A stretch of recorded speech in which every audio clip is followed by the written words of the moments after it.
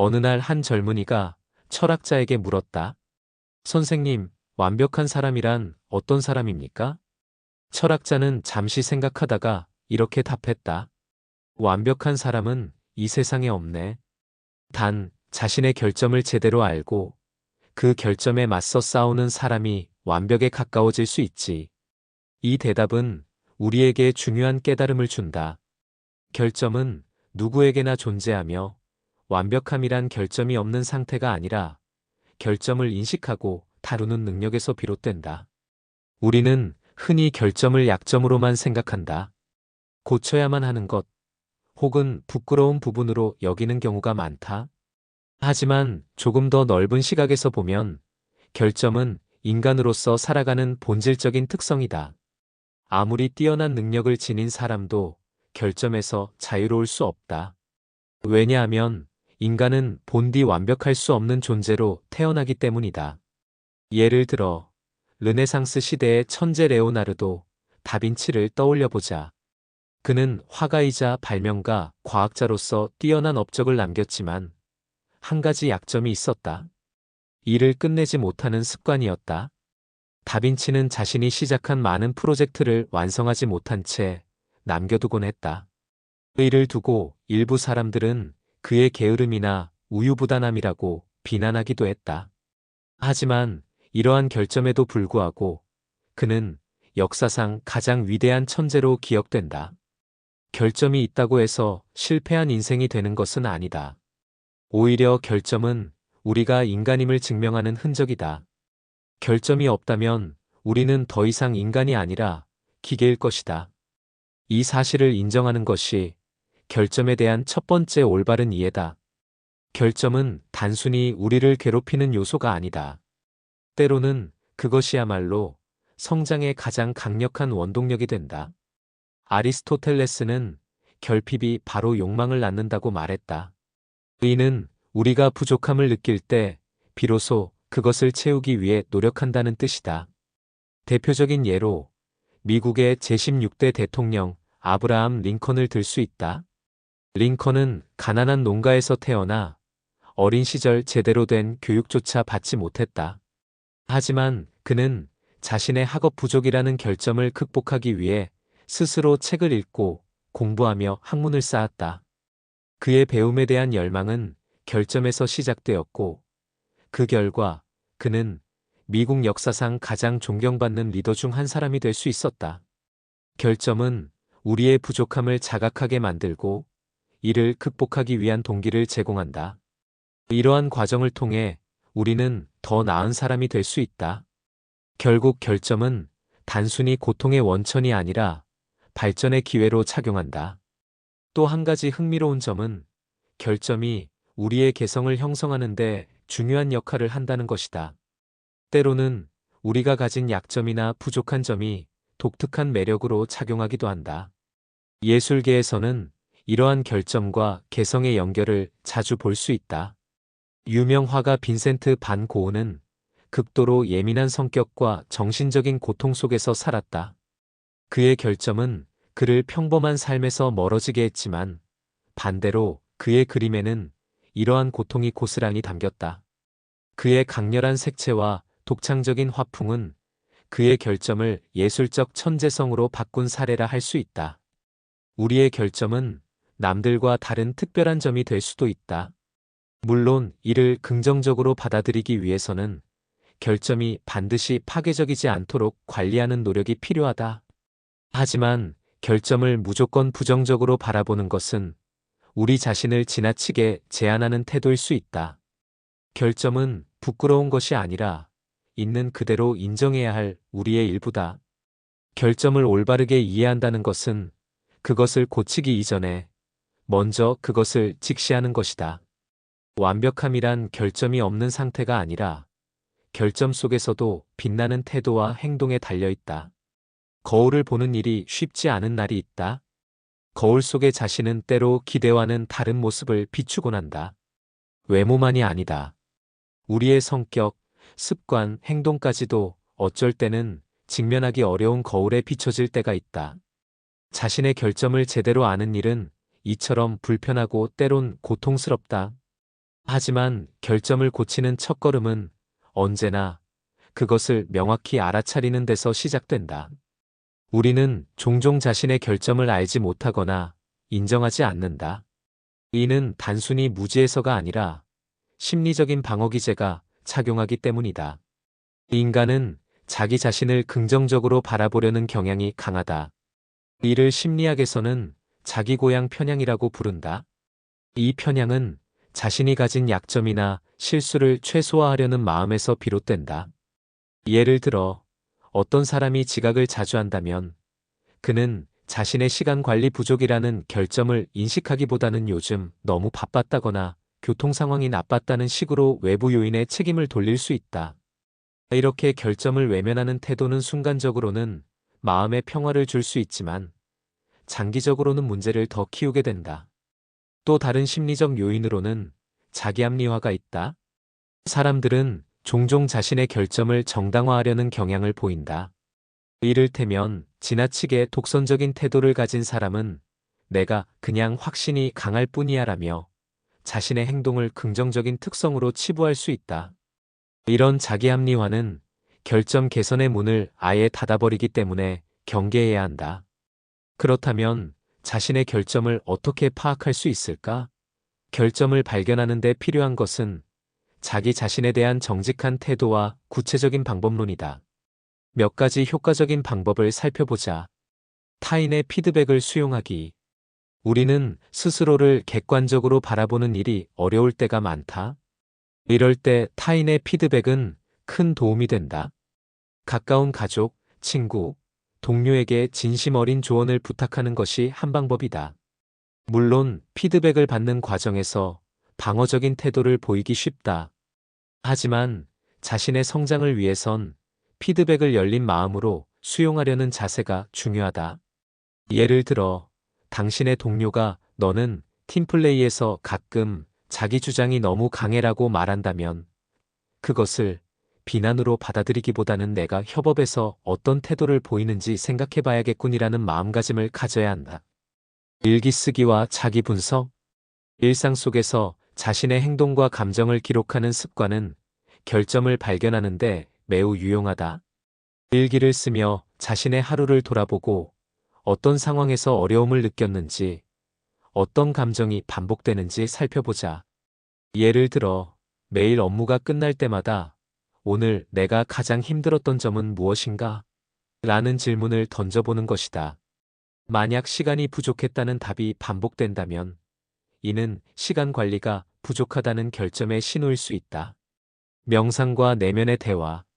명상은 내면의 목소리를 들을 수 있는 시간을 제공한다. 우리는 바쁜 일상 속에서 종종 자신의 진짜 감정과 생각을 놓치곤 한다.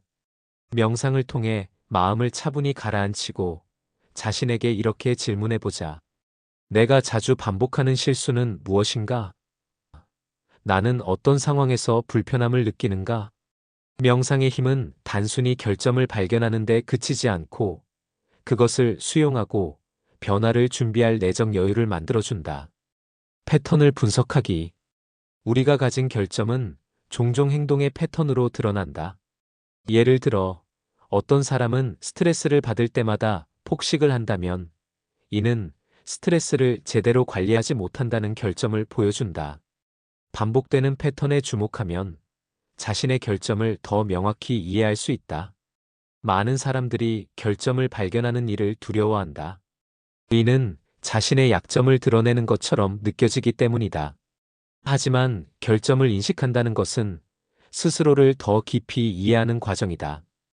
단순히 자신을 비판하는 것이 아니라 자신을 성장시킬 가능성을 열어주는 것이다. 역사적으로도 결점을 발견한 뒤 이를 극복한 사람들이 큰 변화를 만들어냈다. 영국의 정치가 윈스턴 처칠은 자신의 급한 성격과 잦은 충동적인 발언을 결점으로 인식하고 이를 극복하기 위해 연설 준비에 남다른 노력을 기울였다. 그 결과 그는 역사상 가장 뛰어난 연설가 중 한 사람으로 평가받게 되었다. 결점을 발견하는 것은 자신을 비하하는 것이 아니라 자신을 더 사랑하는 과정이다. 자신의 약점과 강점을 모두 아우르는 진정한 자기 이해가 필요한 이유가 여기에 있다. 결점을 발견했다면 이제는 이를 어떻게 다룰 것인가가 과제가 된다. 결점을 개선할 수도 있고 때로는 그것과 공존하며 살아갈 수도 있다. 어느 화창한 날, 한 도예가는 깨진 도자기를 보며 잠시 고민에 잠겼다. 금이 간 도자기는 본래의 기능을 잃었지만 그는 이 도자기를 버리지 않고 금으로 틈을 메우는 방식을 고안했다. 이 기술은 오늘날 일본의 전통적인 도자기 복원법인 킨츠기로 알려져 있다. 금으로 보수된 도자기는 완벽하지 않지만 그 틈을 통해 오히려 새로운 아름다움을 얻는다. 우리의 결점도 이와 같다. 결점을 무조건 제거하려 하기보다는 그것과 공존하며 새로운 가치를 창조할 때 우리는 더 나은 삶을 살 수 있다. 결점은 흔히 부정적인 의미로 받아들여지지만 그것이 오히려 개인의 독특한 매력을 만들어낼 수 있다. 예를 들어 세계적으로 사랑받는 배우 휴 잭맨은 어린 시절 엄청난 수줍음을 느끼는 내성적인 성격이었다고 한다. 그는 대중 앞에서 말하거나 자신을 표현하는 것을 무척 두려워했다. 하지만 그 내성적 성격 덕분에 그는 연기에 더욱 몰두할 수 있었고 깊이 있는 캐릭터를 창조하는 데 성공했다. 또 다른 예로 미켈란젤로를 생각해보자. 그는 완벽주의자였다. 자신의 작품에 늘 부족함을 느끼고 끊임없이 작업을 반복했다. 그의 이러한 완벽주의는 그를 괴롭혔지만 동시에 시스티나 성당 천장의 대작을 탄생시켰다. 그의 결점은 그의 작품 세계를 더 풍부하고 강렬하게 만들었다. 결점은 우리가 독특한 개성을 가지도록 돕는다. 다만 결점이 타인에게 피해를 주지 않도록 조율하는 것이 중요하다. 우리의 약점이 단순히 부담으로 작용하지 않고 새로운 가능성을 열어주는 열쇠가 되도록 활용할 수 있어야 한다. 결점과 공존하기 위해서는 그것을 부정적으로만 보지 않고 장점으로 승화시키는 방법을 고민해야 한다. 이를 위해 다음의 방법을 생각해 볼 수 있다. 결점을 강점과 연결시키기. 결점은 종종 우리의 강점과 맞닿아 있다. 예를 들어 지나치게 감정적인 성격은 쉽게 상처를 받는 약점이 될 수 있지만 반대로 깊은 공감을 할 수 있는 강점으로 바뀔 수 있다. 감정적인 사람은 타인의 고통을 이해하고 더 따뜻한 관계를 형성하는 데 유리하다. 당신이 어떤 결점을 가지고 있다면 그 결점이 실제로 어떻게 강점으로 작용할 수 있는지 고민해보자. 예를 들어 나는 너무 고집이 세라고 생각한다면 그것이 결단력이 강하다는 강점으로 작용할 수 있음을 떠올릴 수 있다. 결점에서 새로운 가능성을 발견하기. 결점을 단순히 부정적인 요소로 보지 말고 그것이 새로운 길을 여는 기회가 될 수 있음을 인식해야 한다. 유명한 기업가 리처드 브랜슨은 심각한 난독증으로 인해 학창 시절 많은 어려움을 겪었다. 하지만 그는 이 결점을 극복하기 위해 단순하고 명료한 의사소통 방식을 개발했고 이것이 오늘날 그의 기업 문화를 상징하는 특징으로 자리 잡았다. 결점은 우리가 새로운 시각으로 문제를 바라보고 기존의 틀을 벗어난 창의적인 해결책을 찾는 데 도움을 줄 수 있다. 결점을 공존의 대상으로 받아들인다는 것은 그것을 완전히 방치하거나 과도하게 집착하지 않는 균형을 유지한다는 뜻이다. 결점은 우리 삶의 일부이므로 그 자체를 너무 심각하게 바라보는 것은 오히려 자신을 억압하게 만든다. 예를 들어 자신의 결점 중 하나가 사소한 일에 지나치게 집착한다는 것이라면 그것을 전적으로 고치려고 하기보다는 필요할 때 집중력을 발휘할 수 있도록 조율하는 것이 중요하다. 이는 결점을 완전히 바꾸려는 노력보다 더 현실적이고 지속 가능하다. 이와 비슷하게 결점이 타인과의 관계에서 불편함을 초래한다면 그 불편함을 최소화하려는 조율이 필요하다.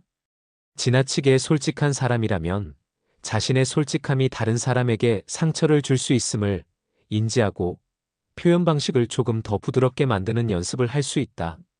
결점을 받아들이는 태도는 단순히 자신을 방치하는 것이 아니다. 오히려 자신을 있는 그대로 사랑하는 데서 비롯된다. 결점은 우리의 나약함이나 실패를 상징하는 것이 아니라 더 나은 나를 만들어줄 수 있는 재료다. 정신분석학자 칼 융은 자신의 어두운 면과 직면하지 않으면 그 어둠이 우리의 삶을 지배하게 된다고 말했다. 이는 결점을 억누르거나 외면할수록 그것이 오히려 우리의 삶에 더 큰 영향을 미칠 수 있음을 의미한다. 결점을 인정하고 이를 개선하거나 조율하려는 노력은 우리를 더욱 온전한 존재로 만들어준다. 결점을 완전히 제거하려고 집착하는 것은 비현실적일 뿐만 아니라 오히려 더 큰 스트레스를 유발할 수 있다. 반대로 결점을 수용하고 이를 적절히 조율하며 살아가는 태도는 더 현실적이고 건강한 접근법이다. 결점을 자신의 일부로 인정하고 그것을 삶의 한 축으로 삼아 더 나은 나로 성장해가는 길을 선택하자. 이제 다음 파트에서는 결점을 방치했을 때 어떤 부작용이 생기고 이를 극복하기 위해 어떤 노력이 필요한지를 살펴볼 것이다. 어느 유명한 음악가가 자신의 이야기를 들려주었다. 그는 청각이 점점 약해지는 문제를 몇 년간 방치했다. 처음에는 연주하는데 큰 지장이 없었기 때문에 대수롭지 않게 생각했다. 하지만 시간이 지나면서 악보를 따라가기 어려워지고 연주 중 실수를 자주 하게 되었다. 결국 그는 청각 문제를 인정할 수밖에 없었고 뒤늦게 치료를 시작했다. 그가 한 가지 확실히 깨달은 것은 이 문제를 초기에 해결하려 했다면 훨씬 나은 결과를 얻었을 것이라는 점이었다. 결점은 방치하면 점점 더 커지고 결국 우리의 삶을 잠식한다. 방치된 결점은 우리 자신뿐만 아니라 주변 사람들에게도 영향을 미친다. 이는 관계, 직업, 개인의 정신 건강 등 삶의 다양한 영역에서 불행의 씨앗이 될 수 있다. 결점 방치가 가져오는 부정적 결과, 자기 신뢰의 상실. 결점을 방치하면 자신에 대한 신뢰가 점차 약해진다. 예를 들어, 시간 관리가 부족한 사람이 이 결점을 고치지 않고 계속 늦거나 마감을 지키지 않는다면 자신도 모르게 나는 항상 이런 사람이라는 부정적인 자기 이미지를 가지게 된다. 이는 자존감 저하로 이어질 수 있다. 자기 신뢰가 약해지면 도전 의식도 사라진다. 어차피 나는 할 수 없을 거야 라는 생각이 머릿속을 지배하면서 새로운 기회가 와도 스스로를 포기하는 일이 반복된다. 방치된 결점은 자기 자신을 믿는 힘을 서서히 갉아먹는다. 타인과의 관계 악화. 결점이 방치되면 결국 타인과의 관계에서도 문제가 발생한다. 예를 들어 지나치게 자기중심적인 태도를 가진 사람이 이를 인지하고도 개선하지 않으면 주변 사람들은 점점 그 사람과 거리를 두기 시작한다. 가까운 친구나 가족조차도 관계에서 피로감을 느끼고 떠나갈 수 있다. 방치된 결점은 종종 우리가 다른 사람의 감정을 무시하거나 불편하게 만들게 한다. 문제를 인식하면서도 고치려 하지 않는 태도는 타인에게 나는 너를 존중하지 않는다는 메시지로 전달될 수 있다.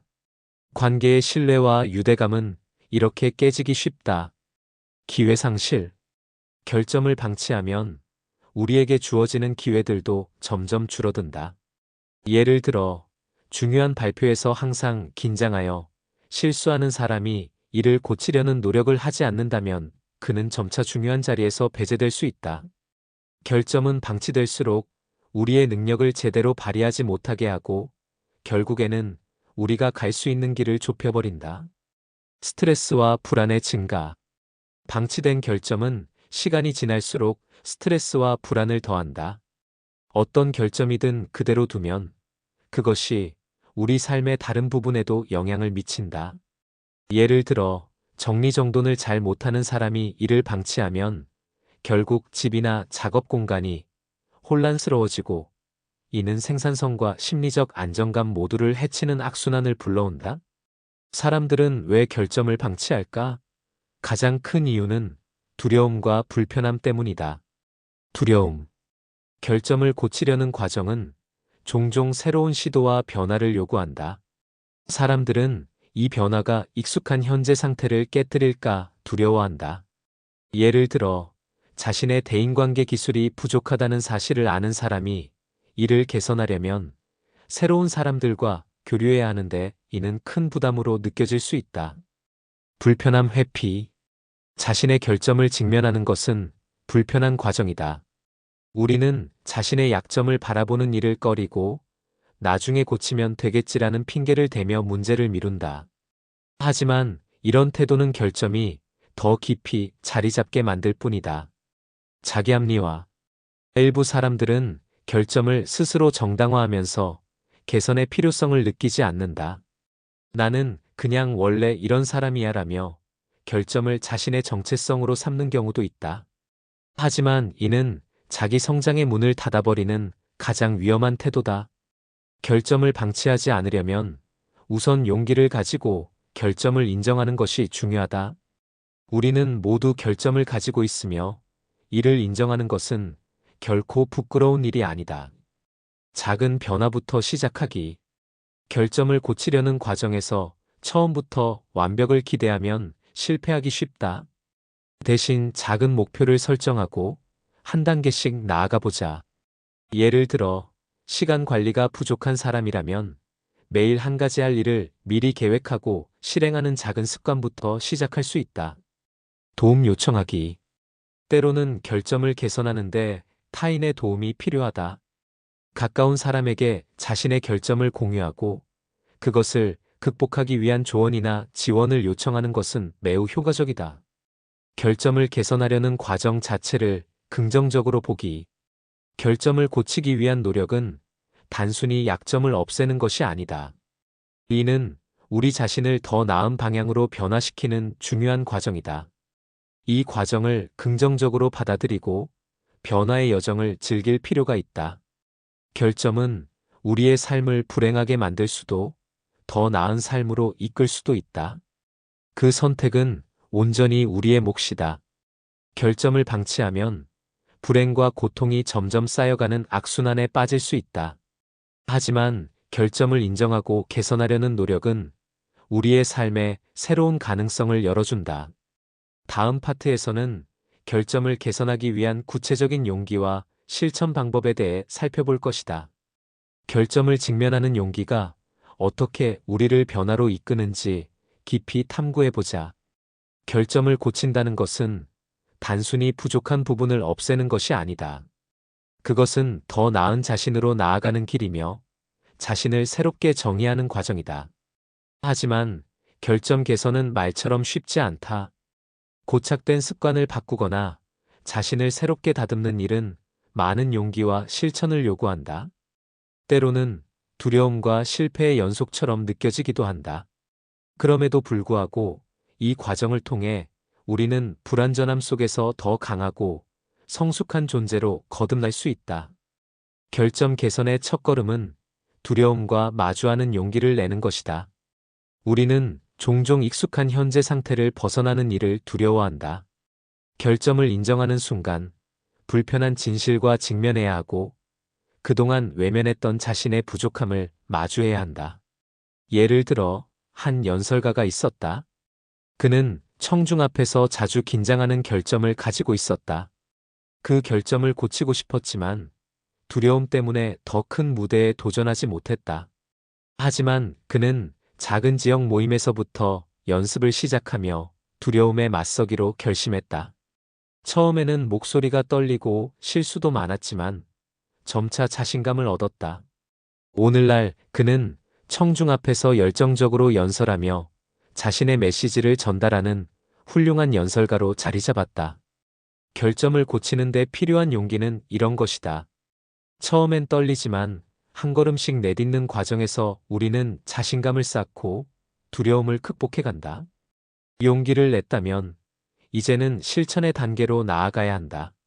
구체적인 방법을 살펴보자. 현실적인 목표 설정하기. 결점을 고치기 위해서는 무리한 계획보다는 실현 가능한 목표를 설정하는 것이 중요하다. 예를 들어, 대화를 어려워하는 사람이 하루아침에 모든 사람과 유창하게 대화하려는 목표를 세우면 실패하기 쉽다. 대신 오늘 하루 동안 새로운 사람 한 명에게 인사를 건네보겠다는 작은 목표부터 시작할 수 있다. 결점을 개선하려는 과정에서 중요한 것은 완벽함이 아니라 점진적 진보다. 루틴과 습관 만들기. 결점은 종종 오랜 습관의 산물이다. 따라서 이를 고치기 위해서는 새로운 습관을 만드는 노력이 필요하다. 시간 관리를 어려워하는 사람이라면 매일 아침 그날의 일정과 우선순위를 작성하는 습관을 만들어 보자. 중요한 것은 작은 습관이라도 꾸준히 반복하며 체화시키는 것이다. 피드백을 통해 개선하기. 자신의 결점을 개선하려는 과정에서는 타인의 피드백이 큰 도움이 된다. 자신을 잘 아는 친구나 동료에게 자신의 노력을 관찰해달라고 부탁하고 조언을 받아들인다. 또한 실패가 발생할 때 이를 피드백의 기회로 삼아 더 나은 방향으로 나아갈 수 있다. 전문가의 도움받기. 때로는 결점을 혼자 해결하기 어렵기도 하다. 이럴 때 전문가의 도움을 받는 것도 좋은 선택이다. 예를 들어 자신감 부족으로 어려움을 겪는 사람은 상담가와 대화를 통해 근본적인 원인을 파악하고 해결할 수 있다. 전문가의 조언은 객관적이고 실질적인 해결책을 제공해준다. 성과를 기록하며 동기부여하기. 변화의 과정은 눈에 띄는 성과가 나타나지 않을 때 쉽게 지치기 마련이다. 따라서 자신의 노력을 기록하며 작은 성취를 확인하는 것이 중요하다. 예를 들어 이번 주 동안 약속 시간을 한 번도 어기지 않았다는 작은 기록을 통해 스스로를 칭찬해보자. 성과를 기록하면 자신에게 긍정적인 강화가 되고 더 나아가려는 동기를 부여한다. 결점 개선의 과정에서 우리는 종종 실패를 경험한다. 하지만 실패는 결코 끝이 아니다. 실패는 우리가 성장하기 위한 교훈을 제공하는 중요한 기회다. 세계적으로 유명한 농구 선수 마이클 조던은 이렇게 말했다. 나는 내 경력 동안 9,000번 이상 슛을 놓쳤다. 300번 이상의 경기를 졌고 결정적인 순간에 슛을 성공시키지 못한 적도 수십 번이다. 하지만 나는 계속 도전했다. 그것이 내가 성공할 수 있었던 이유다. 마찬가지로 결점을 고치는 과정에서도 실수를 두려워하지 말자. 실수는 우리가 더 나은 방향으로 나아가기 위한 발판이 될 수 있다. 결점을 고친다는 것은 단순히 자신을 완벽하게 만들기 위한 것이 아니다. 그것은 자신의 부족한 부분을 수용하고 더 나은 자신이 되기 위한 성장의 과정이다. 결점을 고치려는 노력을 통해 우리는 자기 자신에 대해 더 깊이 이해하게 된다. 또한 그 과정에서 느끼는 작은 성취와 변화는 우리의 삶에 새로운 활력을 불어넣는다. 결점 개선은 완벽한 사람이 되기 위한 여정이 아니라 더 인간적인 사람이 되기 위한 여정이다. 이 과정에서 우리는 자신의 한계를 인정하면서도 그 한계를 극복해가는 용기 있는 존재가 될 수 있다. 모든 사람들이 완벽함을 추구한다. 더 나은 사람이 되기를 바라고 더 훌륭한 결과를 얻고자 노력한다. 하지만 완벽함을 추구하는 과정에서 한 가지 중요한 사실을 간과하기 쉽다. 그것은 완벽함이란 결코 결점이 없는 상태가 아니라 결점과 조화를 이루는 상태라는 점이다. 인간다움은 완벽함을 초월하여 불완전함 속에서 삶의 아름다움을 발견하는 데 있다. 결점과 완벽함은 상충하는 개념처럼 보이지만 실상은 서로를 보완하는 관계다. 결점이 없으면 우리는 더 나아지고자 하는 동기를 잃는다.